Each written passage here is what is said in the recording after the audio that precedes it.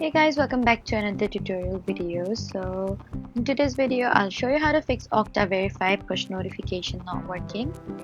So if you're not receiving approval requests on your phone, then just follow along. First, make sure your phone is connected to the internet and you need to check that the notifications are enabled for Okta Verify in your phone setting. If you're using an iPhone, go to Settings, Notification, then search for Okta Verify and make sure your notifications are allowed. Also, you need to disable battery saver or app optimization features that may prevent the app from running in the background. The next thing you can do is update Okta Verify to the latest version and restart your phone. And if notifications still don't arrive, you need to open the Okta Verify app manually and see if your account needs to be reactivated.